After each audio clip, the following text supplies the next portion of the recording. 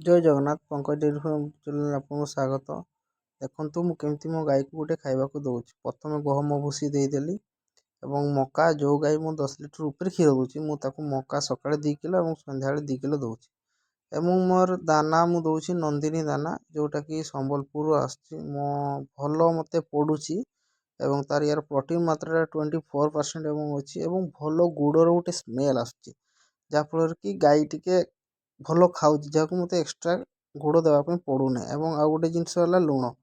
ଦେଖିପାରୁଥିବେ ଲୁଣ 50 ଗ୍ରାମ ପାଖାପାଖି ମୁଁ ଦେଉଛି। ଏବଂ ସବୁଠୁ ଭଲ ଜିନିଷ ହେଲା ମିନେରାଲ୍ ମିକ୍ସଚର୍। ମିନେରାଲ୍ ମିକ୍ସଚର୍ଟା ଆପଣ ନିହାତି ଦେବେ ଗାଈଙ୍କୁ, ସକାଳେ 50 ଗ୍ରାମ, ସନ୍ଧ୍ୟାବେଳେ 50 ଗ୍ରାମ। ଏବଂ ଦେଖିପାରୁଥିବେ କାଲସିୟମ୍ ଜେଲ୍, ଯେଉଁଟାକି ମୁଁ ଦେଉଛି ଆସ୍କାଲ୍ ଗୋଲ୍ଡର ଚିଲେଟେଡ଼୍। ଇଏ ବି ମଧ୍ୟ ଚିଲେଟେଡ଼୍।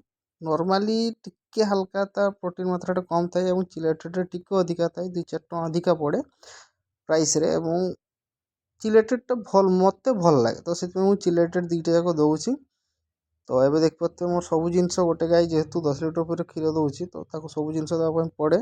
ଏବଂ ମୁଁ ପାଣିରେ ଗୋଳେଇ ଦେଉଛି। ପାଣିରେ ଗୋଳଉଛି ଏଇଥିପାଇଁ ଯେ ଜିନିଷଟା ଆରାମସେ ଫେଣ୍ଟି ହୁଏ, ଯାହାଫଳରେ କି ଡାଇରେକ୍ଟ ଆପଣ ଦାନା ମକା ଦେଇଦେଲେ ସେ ସାଙ୍ଗେ ସାଙ୍ଗେ ଦାନା ମକା ଗୁଡ଼ାକୁ ବାଛିକି ଖାଇଦିଏ ଏବଂ ପାଣିଟା ସେ ପିଏ ନାହିଁ। ତ ସେଥିପାଇଁ ଦେଖୁଥିବେ ମୁଁ ପାଣିରେ ପ୍ରଥମ ଟିକେ ଗୋଳେଇ ଦେଲି, 2-4 ମିନିଟ୍ ଗୋଳେଇକି ଫେଣ୍ଟି ଦେଲେ ସେ ସବୁ ଜିନିଷ ମେଲ୍ଟ ହେଇଯିବ। ଯାହା ବି ପାଉଡ଼ର କ୍ୟାଲସିୟମ୍ ମୁଁ ଯାହା ବି ଦେଇଛି ସେସବୁ ଜିନିଷର ସ୍ମେଲ୍ ଆଉ ଟୋଟାଲି ଆସିବ ନାହିଁ, ଯାହାଫଳରେ କି ସେ ଆରାମସେ ଖାଇପାରିବ। ତ ଦେଖିପାରୁଥିବେ ମୁଁ ଫେଣ୍ଟି ଦେଲି ଏବଂ ପାଣିରେ ସବୁ ଜିନିଷ ମେଲ୍ଟ ହେଇଗଲା।